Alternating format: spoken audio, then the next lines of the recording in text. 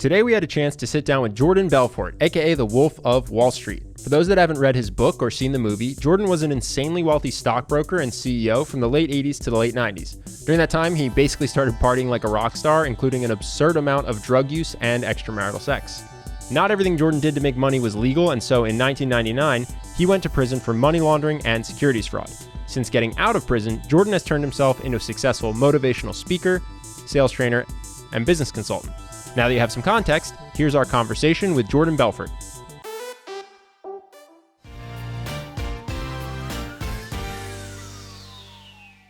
Jordan, thank you so much for joining us. We have had a chance to talk a little bit before the cameras got rolling, and the first thing that I noticed about you is insane levels of confidence and conviction. And so the question I want to ask is, I saw you talk to Brian Rose on London Real about how you were insecure as a child. I love Brian Rose, by the way. It was a great conversation. Yeah. And it was interesting because you had talked about how your pursuit of money and power came from a desire to quell those insecurities. And then it turns out that didn't work. So then the drugs come in, also not the most effective. I'm curious, what did work? What did help, if anything, get rid of those childhood insecurities? Because I think everybody battles with that to some degree. Yeah. There are two types of people, those that are battling, those that are denial about battling. I never had, right? No, exactly. I guess there's some kids, I was the football captain since those, and those are very rare. You'd be surprised. I think they're just as insecure. Just as insecure too, right? So one thing I would say is that, apparently confident, apparently that's why I asked. Certain. So, again, I think part of what I'm able to do naturally, and I've trained myself over the years, is that I can sound absolutely certain and appear to be absolutely confident, even if I have some fear inside, or I'm not quite as confident as I seem. Now, I wouldn't, in my own personal life, it's very different. I would never try to act confident if I wasn't confident to my family members and my friends. So the face I put on my friends and my family is one thing. When it comes to the business world and in people I don't know, and obviously, like everyone else, I'm out there putting my best face on. Sure. And hopefully over the years, I think at this point in my life, I have become more confident and more secure just by my own good works and success. I think the biggest thing for me was that when I made all this money at a young age, as I said on Brian Rose, I thought that it would fill some hole in me. I felt like, I went into adulthood with a lot of insecurities, and it was weird because like my outward, what I ended up becoming, I was a late bloomer as a kid, right? So like I look in the mirror and everyone could see, a handsome or good looking person that seems to have it all together, but you're still that little boy inside, right? Yeah. I have the same thing. Yeah, it's very common, as you said. I think most people feel like that, right? And you see those beautiful women that they don't feel it inside, right? Funny. I was 5'2" when I started high school, and people now are like, "Oh yeah, you must have just had it all." And I was like, "No, man, I was getting beat up. Right? I was 120 pounds." So I think for me, what happened is this comeback from losing everything. And then actually starting and rebuilding myself from scratch has given me an inner fortitude and self-confidence. And also I help so many people with my stuff. Like I teach stuff that really works, that's really effective. And I can't tell you how many emails I get every day and every messages I get from people saying, "You changed my life, you changed my life." I can't walk down the street.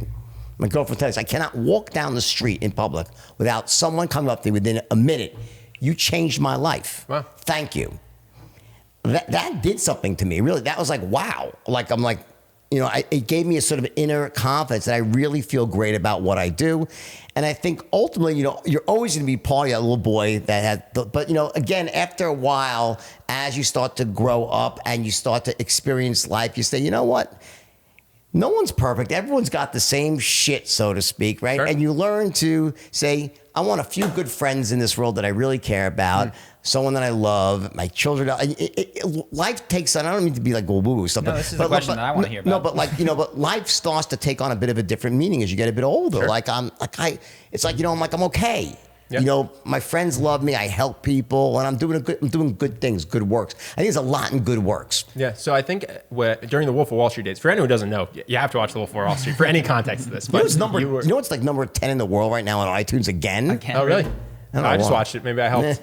But no, I mean, for people who don't know, incredibly financially successful, more women than you probably could keep track of. What do you prioritize today? Because I think back then it was probably wealth, power, women, and ultimately, correct me if I'm wrong, not the most fulfilling life, didn't help with the insecurities. What today would you say is your top tier where you're like, I'm trying to get this right and it's helped me either feel fulfilled or helped with my insecurities, whatever it might be? Sure. So I think there's different, I think that human beings are a bit more complex than that.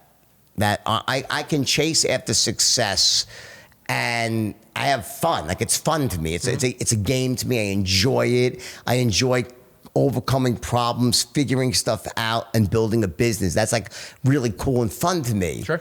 But I don't identify. I guess, and for me, it's like, I've already arrived. Like, everyone knows me. It's like I don't have to prove anything anymore. I think I've proved myself that I don't look at that. So any hard work and pursuit of money is just because I love it. I enjoy the game and I enjoy building value and delivering value to people and being right. So that's just cool. Yeah. But then there's the other side of me that's just about like family and like, honestly, I love staying home watching TV. And, next week is Thanksgiving. My family's going to be here and my kids together. And like, that's like, wow. I mean, like, just, it's great. So, and I think that one of the things that everyone should really focus on is, where are you in your own life's journey? I wouldn't be saying this if I was 30. Like, if I was 30, I'd be saying, I want to do this or that. I'm not saying my life's behind me, but I've come to a place of peace. Like, I've accomplished stuff. I know where like my strengths are, my weaknesses are, and I'm making the best of it every single day. And I think if you live a good, honest life, and I did when I was young, and I live a good, honest life today, and I help everyone I touch, every person that runs into me, they are going to be better off for the contact. That's my goal when I go out into the business world and in my personal life. And it's a great way to live. You know? And it's fair to say that was not the case pre-arrest. Yeah, so it was literally, how much money can I make? Like, I wasn't like trying to hurt people. Like, it was the overriding question I asked myself when I was 30 years old, 27, 26, 32, all those years. Sure. How do I make more money? How do I build? How do I grow? How do I get richer? How do I make more? Yeah. Okay, well, your brain's going to give you some really good answers to that could help people, but also some really bad answers. Yeah. The questions I ask myself today is, how do I deliver more value? Got it. You let the money be a consequence. Yeah, exactly. How do I reach more people? How do I help more? Listen, I know, and you guys know, you have a YouTube channel that has millions and millions of followers, right? And you probably make a little money off that, but whatever. Yeah. But it's not that. It's just, in other words, it's about, you're helping people with courses. It opens up courses where you make money, I'm sure, and do really well, but you're delivering massive value to people. Yeah, absolutely. It's a consequence of delivering massive value. Yeah. And it's not like people say, oh, you don't really. No, I really mean that. Yeah. It's like a very slight switch in perspective. Like, do you focus on making money or do you focus on delivering value? Because the purpose of business is to monetize value. Yeah. That's what a good business is. It monetizes value. So if you just focus on creating value, you'll figure out how to monetize. That's easy. Sure. Yeah, so I want to go in a slightly different direction because I heard you talk about family. I love talking to guys older than myself, but part of the problem is that so many of them have followed a very traditional path, which is when they were 25, they met their wife, they married her, they have kids. And when I speak to them, they always speak about their kids and sometimes their wife if they're still married. That's the best thing that ever happened to them. Not always with the wife. One of the reasons I'm excited to ask this question to you is because you went the other way for a long time. You had a lot of women, you were hooking up, you were doing your thing. I've had not phases drug fueled like that, but I've been the single guy. I did my best dating after I was married. Okay, sure. Exactly. So I'm curious, and I want the truth from you. What was that? Not fulfilling at the time to be dating a lot of people? Is it more fulfilling for you to have just one person? I know you're in a relationship now, and this is a tough question to ask on camera, but where do your kids fit into your life in terms of like best thing I ever did or like nice to have? We're also not live, so if you want to answer off the record, I'd love to know it, but we can cut anything. On the record. No. Okay, kids, best thing in the world that ever happened to is my children. I'm very fortunate. I really have 3 amazing kids, and each one is greater than the next. They're all amazing. Can I ask a question about that? When did you know? Because some of the guys that I speak to are like, I didn't know until they were 6 when they were infants. Always. Okay. Always. There's one thing that my parents instilled in me just like by being who they were was I always felt loved. Yeah. Always. My father had his problems and his angers and his outbursts. My mother had, I always knew I was loved unconditionally. Never for a second I can't think of one second in my life where I didn't know my parents loved me and would kill for me. I was able to take that from my parents and transfer that same thought to all my kids. They know that. They always do that. And I always, no matter how, and I got sober before my kids were old enough to know about all the drug stuff. So I got sober when my daughter was 2, or 3. So she barely remembers the incident in the car and stuff like that. My daughter and I were like this growing up. My son and I, my son, boys are like kind of mama's boys when they're young. And then he grew up with, now is super close as well. I have a third son who's who's a stepson. And him and I are super close as well. So yeah, my kids best thing, and I think that people aren't lying unless they're, I don't know. I believe them. These are private conversations. It's just like, they are amazing. And, but I think also you don't want to get too wrapped up. They also have their own lives. Their lives are not based on me. They're independent. They're free thinkers. They do what they want, but they were amazing. Going back to the question about my wives and all that sort of stuff. So here's the thing, back in the day, what happened was, and this, in the context of all the insecurities and stuff like that, what I realized when I turned 21,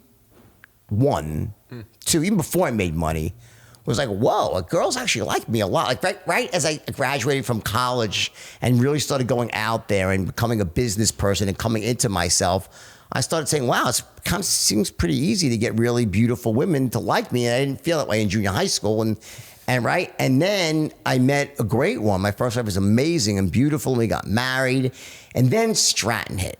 Right. Then Stratton happened. And what happened is I started making so much money and had so much power. And a different world opened up to me. A world of just basically where you point and want and you can get, right? And I wasn't able to handle that because I had those insecurities still. And all of a sudden I realized I could have, not any girl, but, pretty much, any single, not any, but many, Sure. Whatever. There was nothing that was sort of enough out of, that you didn't. there was nothing lack. out of reach to me. Let's say if I look at the girl on the TV commercial, or the girl in the magazine, that could be my girlfriend as much as anyone else, right? There was nothing out of reach. And I was like a kid in a candy store.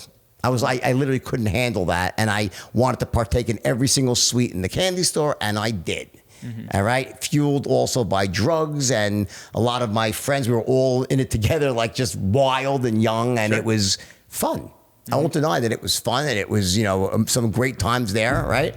But in terms of now, I'm almost, my last relationship before this one was a woman for 12 years. I never cheated on her once in 12 years. So it's not how I am today. Yeah. It's not my nature anymore. And I think also I'm a little too tired at this point. One's enough. I was gonna say, do you think that's lessons learned or just age, testosterone, Well, no, I take testosterone. So he's got it's not that. Well, every guy over 40, I think pretty much most guys over 40 take testosterone. I'm not embarrassed. Everyone does it because your levels drop, right? I don't take excessive testosterone. I take enough to replace what you normally would have, right?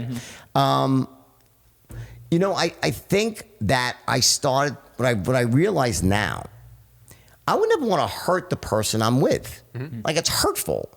You damage someone. If you have a woman and she loves me, if I cheated on her, I could break her heart. It just would break her heart. Yeah. It's not fair. It's not fair to someone else that you love and you're in a relationship with. So at this point, I'm able to, I can still look, but I really, I'm just not going to do it. I'm not going to hurt someone that badly. I would just get out of the relationship. And if I fell in love with someone else like that, I would do that before I would really have an active affair. And you've also chosen, it sounds like, because what you could do ethically is be single, date a lot of different women. But for you, it seems like there's value beyond the escapades. I much more enjoy being in a relationship with one woman than going around and dating. I really do. What do you enjoy about it? I enjoy the ability to stay home in our own little cocoon we have here and just enjoy, like as two people together, and just enjoy, whether it's watching TV, eating food, just sitting in front of a fire, going into the hot, just having another person you really connect with and you love. To me, it just is my personal opinion. It's a more complete way to live. I think human beings were meant to live that way, and at least I was, because I just feel happier, more at peace.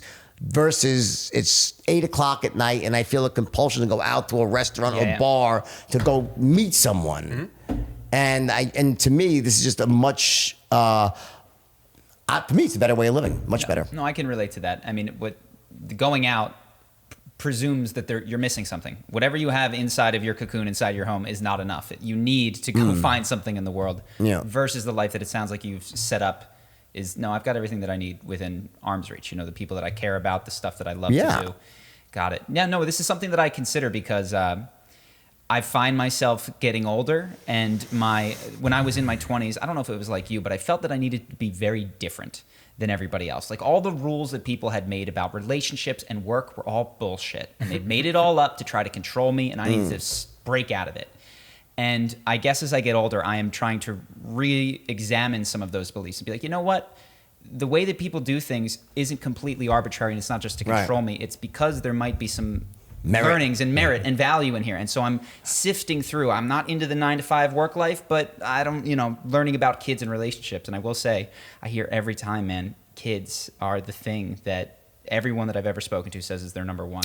Some of the greatest memories I have are from when my kids were in the ages of like 7 to 13, when they were those soccer games in the weekends and and you complain and we gotta go again down to something, and then you loved it, and so I love that whole experience of just of on the weekends just watching your kids run, and just really it was amazing. I'm very lucky that I've had such amazing kids. I really am lucky, and not everyone does. Some kids are not. Some kids are not amazing. My kids truly are amazing, every one of them. But I think also, one of the things that I've learned over the years is that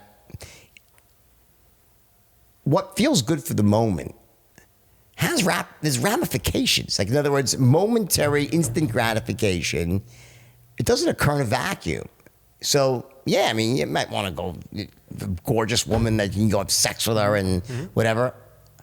But, like, okay, and then, like, what's the damage that does to someone, to the relationship that you're in, and all this other stuff that comes? I didn't consider those things when I was younger, about the ramifications of my actions. So I pause now, It sounds like potentially there's, like, learned empathy here. Which is to say, when you were younger, it's much more about, like, me. I want to feel good. I want to have sex with that woman. I'm going to do it without thinking about the happiness of maybe the woman and your wife and all that. Is that something you consciously worked on? Is that something that just came naturally as a result of the arrest and coming out and all that? Because I think my impression is that empathy is something that ultimately makes everyone's life richer, that a lot of people lack. But I've not heard a good playbook for how to build it. So I think that in my case, I'm back to the person my parents sent out into the world originally. I think that when I was doing what I was doing on Wall Street and going wild, that really wasn't the true me. That was me that got off on some wild trip, one foot in front of the other. And I always believe I have to be the best of or the most of whatever I do. And if I'm going to be the most of womanizers, I'm going to be a womanizer. I'm going to be a womanizer, a world-class womanizer, right? But I watched my parents, and they stayed together till the day my dad died, and old-fashioned type. So I had that sort of basis for seeing that, what was like, their own version of a loving relationship. So it wasn't much of a stretch for me. Like, when I married my first wife, I loved her. Like, I loved her, every part of her, and I thought I would never leave her. I thought I would never cheat. I remember the first time, like, my junior partner at Stratton, Danny, was like my devil in some ways. He was always like, he was a bit wilder, a few years older. And he's like, hey, let's go into the city, like, tonight. It's like Tuesday.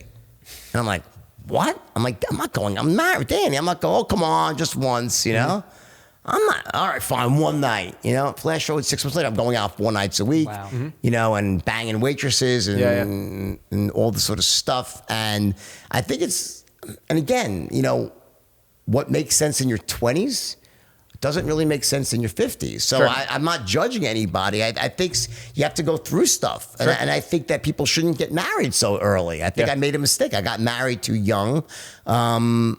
Although I don't think any marriage could have survived Stratton. It was just too crazy what happened there. It was, Were there people at Stratton that didn't fall into that life, or was it like, look, if you're in this fraternity, this is what we do together? Doing drugs, you're hooking up with escorts. It's just a mandatory. very few. There was a couple. There was a few. So remember, it was a huge place. It was thousands of people there, right? So let's say of the 1,000 core brokers.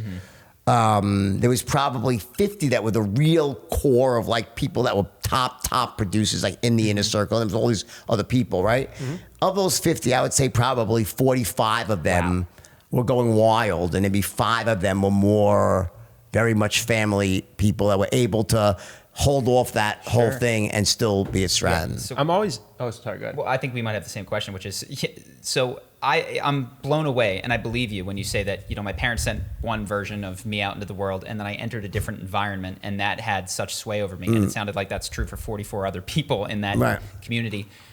What created that sort of a pull in Stratton? Was it the power? Was it the money? Was it the high fives at the end of the night with like? It's drugs and hot women are awesome. So I'd be like, I think, and they say that Scorsese glamorized drug use. No, drug use, it's glamorous. Like in other words, like you're lying to yourself if you say, oh, going out and banging hot chicks and getting high and going wild, it's fun. Yeah. So this is my question, because I think a lot of people, when they see things, they feel superior to them till they're in the situation. So they look at slave owners back in the day and they go, I would never do that. It's like, well, if I dropped you down there, unless you're doing something today You're that's defined by the wildly culture in different, which you live. If you don't defy today's society, then you probably wouldn't have defied that one. And the Stratton society, to some degree, was this. So my question is, I guess, if I want to be one of those 5, right, who's not going to get, what's the first thing that like starts the slippery slope? Is it the Quaaludes? Is it just joining the firm? The Quaaludes always starts the slippery slope. So, like, how once you can take the first loot, any behavior will be acceptable. And how do you get these people who maybe didn't come in using hard drugs to be like, what I'm saying? Like, what's the process to take someone from, I would never cheat on my wife, to, yeah, of course I'm going to hook up with escorts every single week. Like, what drags them there? You know what I'm saying? Number one, we cover what we see. So whatever's in front of you, it's like what's happening around you. You start to, want it, and also it starts to seem normal. See, what happens, and you brought this up, it's a very good point you brought up, is that within the 4 walls of the boardroom, what was abnormal behavior on the outside seemed perfectly normal. Right. I remember being so deluded at one point that my wife and I drove, my second wife now, the one from the movie, the blonde, we were driving in our car home in these huge mansions in Locust Valley, and we're looking around like, everyone must do Quaaludes, right? And you couldn't be going through the world sober. Sure. Now, the truth is most of them are wasps drinking scotch, just to go through life. But the point is that you actually start to convince yourself that everyone is doing what you're doing. So the most dangerous thing someone could do is come into the firm, see everyone else doing it, and think, I'll work here for the money, but I won't do that. The only way to really protect yourself from it is to see the drug use, the cheating, and go, if I don't want to do this, I should not be in these 4 walls. Is that fair? Well, I mean, that's certainly the safest way, is to not even be around people. Yeah. But let's imagine if the culture was revolting, but there was nothing illegal going on. Sure. So you have a family and you're broke and you see everyone's making $2-3 million a year.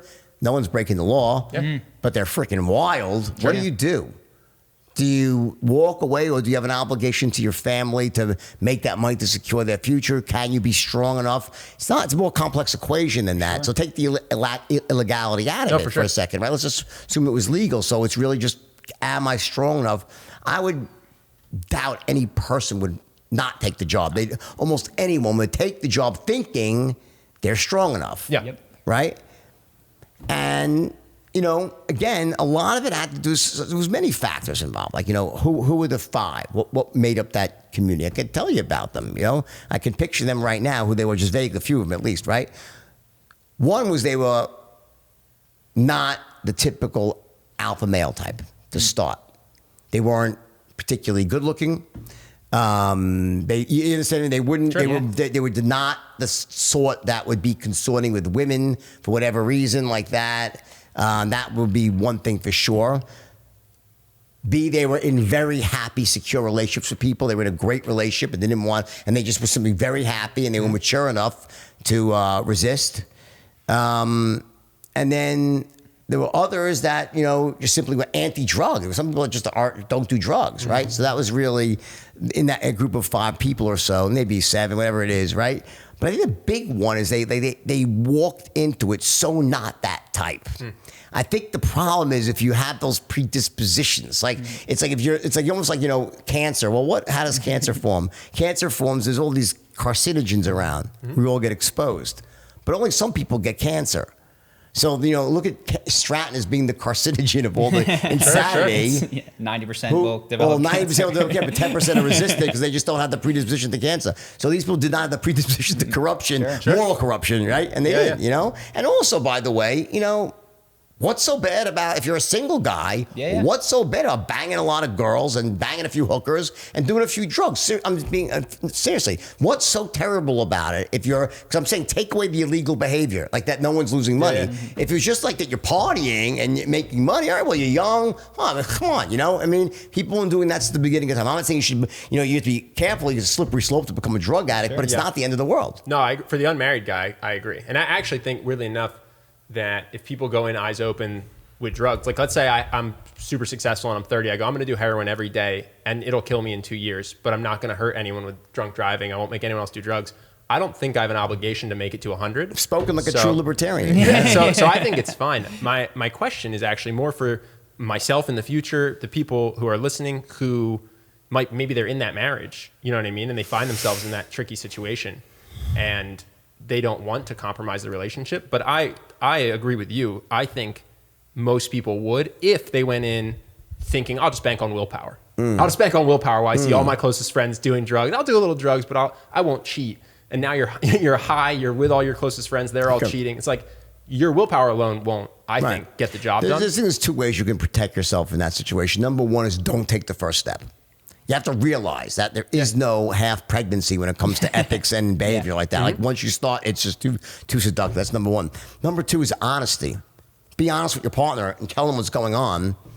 And they'll never let you go out. It's like, you don't say, oh yeah, they're all such nice, because that's what you would do. You say, oh, they're such nice guys. Everyone will let you just lie. So if you want to have an honest relationship with your partner, then tell her, I'm working this place, they're all freaking maniacs. Then you can't say, oh, honey, I'm going out with the boys tonight. She's like, I know what goes on. I'm not letting you do that. It's almost the same piece of advice twice, because the first step, weirdly enough, is the lie. The first step is, hey, these are nice guys that are, they're all family men. And if you had to tell the truth about it, you wouldn't get out the door. Exactly. So you almost prevent. It's like you almost like put a layer of protection by letting your partner know, by demanding that you say the truth. That's great. Yeah. I am as I hear about this, it just occurs to me that the level of judgmentalness that I have, that other people have about things that people do, is so inappropriate given the malleability of people when thrown into different environments. And you mentioned slave owners. I've often thought about what it would be like to be 16, 17 years old in Nazi Germany and they conscript you into the army. And like, are you look like you could be a Nazi, by the way. Totally. Look at him. If you weren't Jewish. I'm just, in case things go awry, we need a couple blonde Jews. Right. But what I take from it is, I guess there's that phrase, I'm not a religious guy, but for the grace of God, there go I. Meaning, if I'd been in your shoes and I'd been 20 years old, is there a chance that I would have done on that? I don't think so. Like, am I in the 10%? I'm not convinced. Especially if you have that insecurity of wanting people to like you and wanting to be popular. And all of a sudden, your bosses are older than you. They're good looking. The girls are good looking. No, I think, this is why I asked the question. Because I think people can separate themselves in their mind in a way that I think is inaccurate.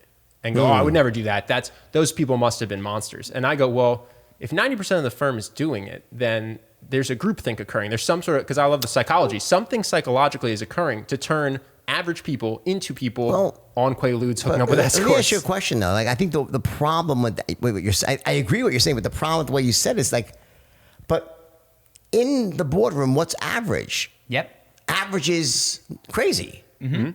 It's like, so the idea is that when you're in a society where there's certain norms of that society, that serves as your barometer for what's right and wrong. I think about this every time I walk past a homeless person, and I go, "What are they going to say in 200 years when they see that like we got this beautiful thing within a few steps of the most destitute that you've ever seen?" And I don't know what to make of it other than I guess it does help me to be a bit less judgmental of people, and I don't even mean you in this particular case. No, I mean I think that's a very different issue because you're talking about a homeless person and there's personal responsibility. If that person is personally responsible for their own situation, and there might be things like mental illness involved, you don't know. Until you look at each individual, there's many reasons why people are homeless, right? Sure. And again, I wouldn't even presume to even say it's because of bad social policy until I spoke to that person and traced back their own decisions. Maybe they're just lazy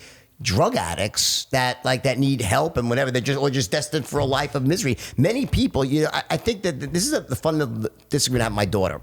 Okay, well, I love to death. She's very liberal, and I'm far more conservative fiscally. I'm liberal.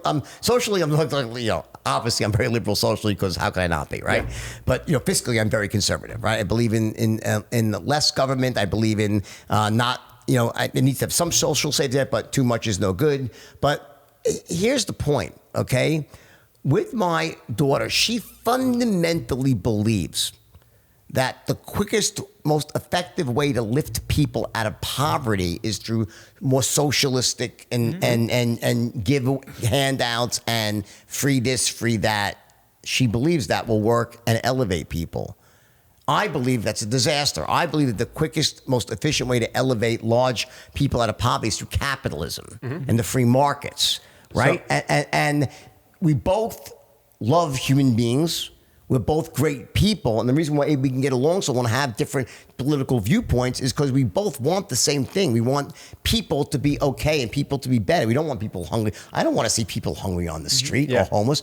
I just fundamentally disagree that any policy that leans that way will help. I think it'll make it worse. That's my point. Well, I think what Charlie's saying, correct me if I'm wrong, is before you do policy, you try to figure out, what is it? Is it laziness? Is it who knows with these people? Everyone's different. So my only thought is, in the same way that if I, at the exact age that you went to Stratton, was dropped off with your parents and your childhood into that situation, it would have been the Wolf of Wall Street. There you go. And if I took a homeless person and you dropped me with their brain, their chemical makeup into their household, however loving or abusive it was, I'd be on the street. So in that sense, now we can make policy saying it's not that this homeless person is bad for being homeless. It's that their circumstances, which is the brain they were born with, plus the childhood they had, plus the adulthood they had and the friends they had along the way, has landed them here. Now, what is the policy? Is it socialism? Is it capitalism? That part, I think we can figure out after we agree.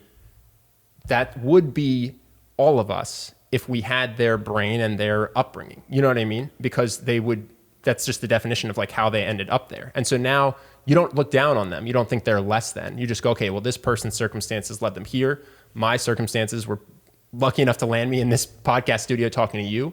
What do we want the world to look like? What do we want this guy to do about society? The question you know what I'm saying? Is it my responsibility to make sure that guy's okay? I mean, on one point, I don't know that person. I have nothing to do with that. I'm not obligated. For all I know, they could be a terrible human being. Sure. For all I know, they could be a wonderful human being. Sure. The point is that when you're dealing with large societies like the United States, where there's just many, many people, you have to have some sort of policies in general. Like you're trying, like China. How did China? Hats off. How did they elevate so many people out of poverty? Through communism? No. Through heartless capitalism and the pursuit of wealth. They were able to take... Well, it's also it was very planned, right? So it's kind of a socialistic, communistic, top-down. And what they have, no. And by the way, I'm not a communist or anything. No, I know. I'm sure you're not. But what I'm saying is, no. What China has, what's so effective, is pure, unbridled capitalism with no freedom of speech and no civil rights. Yeah, so you can just make money. It's just literally you can pollute the environment. You can break any cop. It's just with money. That's how they did it. Okay. And that's how they elevated so many people. And if they need power, they want to build them. that million people get out. The military's coming in, clearing you out. I'm going to relocate you here. 20 years of lawsuits. So it's a very efficient system to elevate people out of poverty. But there's still homeless people in China. There's still haves. There's always going to be haves and have-nots. There's going to be people that make a lot of money, the Jack Ma's. There's going to be people who are peasants, right? As you're saying, what you said, you can't argue with what you said. It says, yeah, everyone is where they are because of what? Well, their nature, their nurture, and their circumstance. Yeah, So, okay, fair enough. The question is, what types of policies are going to wholesale lift the most people out of poverty without unnecessarily burdening people who work hard and doing well? How do you make, what's that balance, right? Yeah. And I think the United States has done a really, really great job. If you go back, I think that they've done an amazing job. And I think people that hate this country and that, the social justice, I hate that stuff because I get so, I just think it's terrible and it's misplaced. And I think that, you can't give people things for free because they don't value them. That doesn't mean I'm a heartless bastard. It means that you need to work for what you get. So I always believed in workfare versus welfare and things like that. And I think most common sense people believe that to be true. So, Yeah, the policy, all I would say with the policy is if we start from the same assumptions and we all want the best thing for the country, policy conversation will be easy.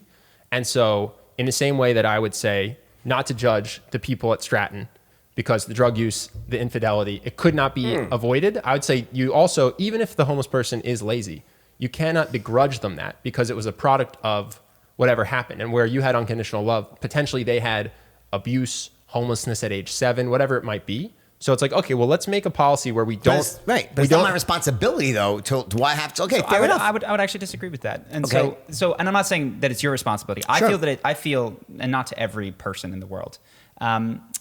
When I look at this, I don't believe in free will. And it's for a lot of the reasons that we're talking about. And it goes beyond that. But I believe that, the thoughts in my head are occurring and then I am responding to them. I'm kind of on a roller coaster that I have eyes on, but it's on a track is my personal view.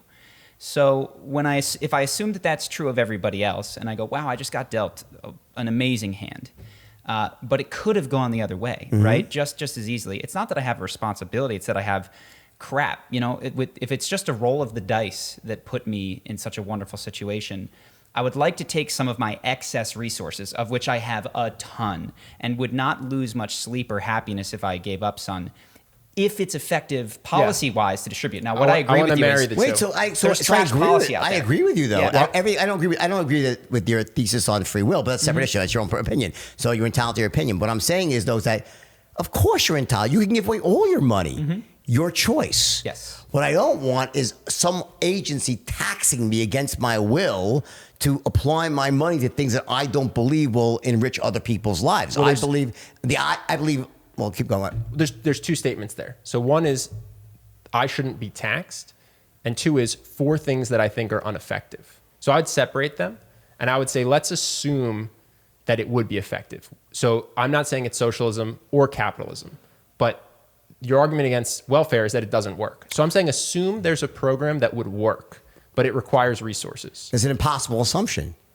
You just asked things impossible to do. Maybe the resources don't go directly to them. Maybe it goes to education. The bureaucracy eats up every time the most inefficient things are government-run aid. Go to motor vehicles and see what happens. Go to the post. The reason that government enterprises, what happens is, in theory, great, let's take money, we put in Social Security. The amount of money it costs to administer the actual program is so great. There's so much inefficiency and such bureaucracy that, if you could perfectly transfer money to the people who needed it and it actually got to them and the programs work, that would be great. In theory, it never works. Doesn't happen. What about the police? What about the firemen? What about the roads? What about them? That's a government program where they tax us and I have an interstate to drive on. I don't have to pay. Okay. The police come to my house. If there's a fire that burns down your neighbors, they'll come take care of it. So there's, I presume, some areas where you'd be comfortable with government taxing and spending. So this is now getting to the distance. Okay, so what happens is when you're on the local, my belief is that, yes, on the local level,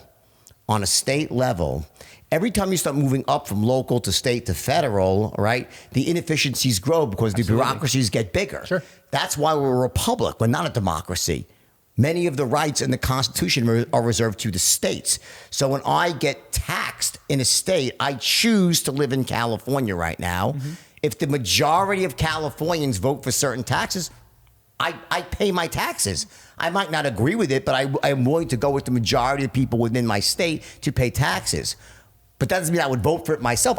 I agree as a social compact to go with the majority. My personal belief is that, yes, on the low cost, there's certain institutions, local finance, but there's a lot of graft and waste that go into that as well, which is why a lot of towns are incorporated towns. They run for profit. They have budget. See, the difference is in the federal government can print. No one else can do what the federal government can do, and especially the U.S. government. It sounds like the libertarian is not like as little government as possible. There is some, it sounds like, state things that they provide public obviously. school. Okay, No, I think any position in an extreme is kind of stupid, right? So in other words, I would never, I'm pure libertarian, right? Things are so much more complex, right? Like public I believe in schools. less government, not no government.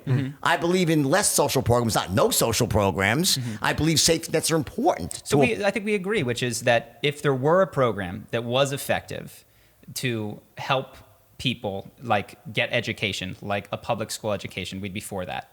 I would extend that if there was a program that would help with homelessness, that would help get people off of drugs. Now, it would just be... We could put it in fantasy land. That's the problem. Is that it doesn't exist. Public schools, I don't know, 1,000 years ago, that was fantasy land. An interstate highway was fantasy land. That the DARPA would invent the internet was fantasy land. So what I see is, as humans march forward, more coordination is required, and unfortunately, bureaucracy occurs both in corporations and in governments, and that there's waste when you have that inefficient level of bureaucracy.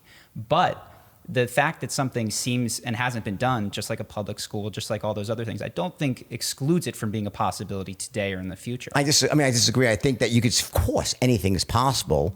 But I think that those who don't study history are doomed to repeat it and make the same mistakes. And if you go back in history, you look at certain things that are happening. Anytime, let's go look at what really happens when you try socialist programs. Let's go to Venezuela. Let's go to. We have socialist programs. This is what I'm saying. No, we don't. We're not socialist. We have programs we have social programs. We're not a socialist country.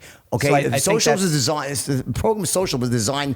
It's about not based on the profit mode, not based on ingenuity, not based on hard work. Everyone should. That's talking about a social program, not socialism. Sure. I'm not for. Well, I don't know what the distinction is if we have a government that has social programs, but couldn't a social program is just a program within a capitalist society where Couldn't we have that for homelessness in the same way that we have it for school? If it works, how do you know that people want to live in homes? I don't know. I'd have to add. Well, maybe if you. By the way, the assumption.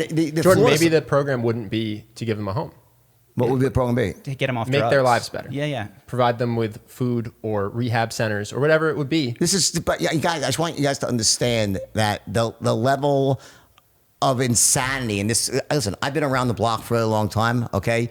You can't help people who don't want to be helped. We have mandatory schools. There are programs. If you don't go to school, if you don't go to elementary school, you're a truant. Yeah, because you're under the age of consent. There's also a constitution. People have rights. They're 18 years old. Underage homeless people. There's underage homeless people. Well, Would you be for a program for underage homeless people because you're under the age of consent?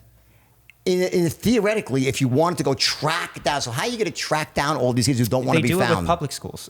Not well. So everyone they track down, how many? I actually think we agree. Anyone that tracks down, how many could be untracked? It sounds like everything. The point I'm making you're is open that to social programs, is what I'm hearing.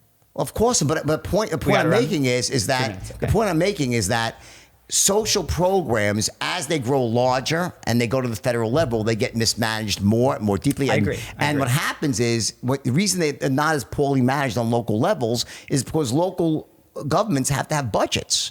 The government doesn't. They just print more money and print more money. And one day, who's going to pay the 18 trillion, 20 trillion, whatever it is, $9 trillion? There's hell to pay. We keep kicking the can down the road, so you can't do all this stuff in a vacuum. If I thought there was a way that you could eliminate homelessness and get everyone off, great. And you would contribute financially to it. Of course, if I thought it would work. Okay. We're on the same page. Of course. We're on the same page. But I've been on this earth now for 58 years, and everything I've seen around the world and here, it just shows that as things start to go up into the government, they're just so horrifically mismanaged. That it just makes the best of intentions end up getting corrupted by the people and the institutions that are supposed to administer the program. That's my take. I think we can probably agree this. Would you be open to a local program, say like the Santa Monica City? Absolutely. Got it. Okay, so what you're against is not necessarily the the socialness of the programs, but the elevated level of like this federal government who can print money essentially dictating how things are going to work for 350 million and also people. the lack of transparency. These big companies on the local level, there's more accountability. I mean, you can't have all the graft that happens. I mean, there's so much graft in the government and all this stuff. It's just terrible. And I think it's really sad because if you actually could, like, what I love is, listen, you know what? My eyes were open when I was asked to train a company to the salesmen that had to raise money for charity. And as I examined the whole thing, I realized that the whole thing was they were raising money to charity, and 95% of the money went to the owners of the company and 5% went to the charity, if that. You know how many charities out there are literally just organized to separate people from their money, and the money does not go to the play 90% of the time. I don't want to, it's probably even more than that. But the point is, of course, when all those pure organizations where all the money goes towards, that's such great stuff. And I give to charity. I'm a very generous person. I have a big problem with these, federal programs that end up just getting so screwed up. And I believe that the Constitution was written the way it was written and reserved a lot of these rights for the states. I think it's handled much better on a local and state level. I'm into that. I agree 100%. I'm for local initiatives as well. I have so many more questions, but do we have a hard stop in 2 minutes?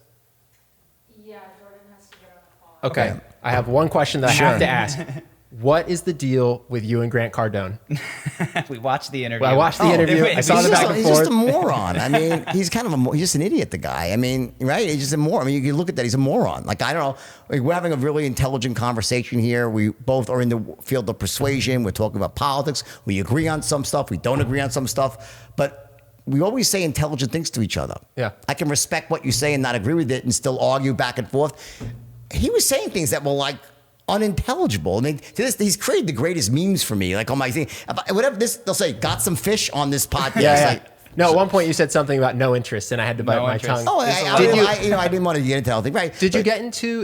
Could you sense it beforehand? Because when I saw the conversation, it did seem like it started. Gorillas it that seemed contentious. into each other's was that just on camera? But here's the thing: I had it was a one. If you noticed it, it was a one-sided fight. Like, I wasn't coming there to be an asshole. Like, he came to my house, and I was hoping to have a really great, interesting podcast. And I was like, "What is wrong with this guy?" I was just curious if did that get red flags come up ahead of time, or did you just sat down and halfway through you're like, "What's happening?" He walked in my house. All right. He was on the phone. Yeah, I want $83 million for that. I'm like, and my whole staff is like, what is wrong with this? He was just obviously acting like a big shot and an idiot for no reason, right? That just shows insecurity, right? And then when he sits down, and it started very quickly. When I asked him the first question, I was like, I can't even hold like there's no thread. Yeah. Like if I say so I say the most obvious thing about interest in a city, what do you do? No, there is no one. It's like, he was just looking whatever. If I said the sky's blue, he'd say, no, it's green. Yeah. So, and I think many people who have interviewed him know him and say, yeah, the guy's just an idiot. So what I realized is that Grant Cardone, I said to him, he's so stupid. I'm like, you're one hell of a marketer. He goes like, thanks, a backhanded compliment. Like, you know nothing about sales and persuasion, right? But it just goes to show you the power of internet marketing and branding. Yeah. And how unfortunately gullible and naive people can be. And now he's in trouble. Now he's got lawsuits against him. He's got class action suits. What a shock that was. I called that one before it ever happened. And he'll probably end up in jail. I'm sure he'll end up in jail. And I don't wish him poorly, but he did me a favor, the guy, because it was hysterical. I mean, and when I was done with him, I was like, my staff was like, you were too nice to him. I'm like, no, relax. Yeah. Someone comes into your home, you don't attack the guy back. And they played really well because, you could just see the guys is like. No, I did research for this conversation, and that was the only conversation I saw that got picked up over and over by Graham Stephan and different people who are reacting to it. So it definitely worked out. For me, it did. Yeah, not for him so well. But anyway. Is that cage fight coming? Yeah. Dude, in my age, my age, I think when you asked me that question, I just had my shoulder replaced. No, it's hilarious. Like a ball, I had a metal ball, and so I'm like, what the fuck is this guy talking about? Like, he's 62, the guy will fucking have a heart attack in the ring. I just had a brand new artificial back, shoulder, and knee. Yeah, let's go in the ring, you moron. Do it. Yeah. No, I loved it. Thank you so much. You got it, guys. This was a pleasure. My pleasure. All right, take care. Take care, guys. All right. Thank you, team. All right. You guys are great.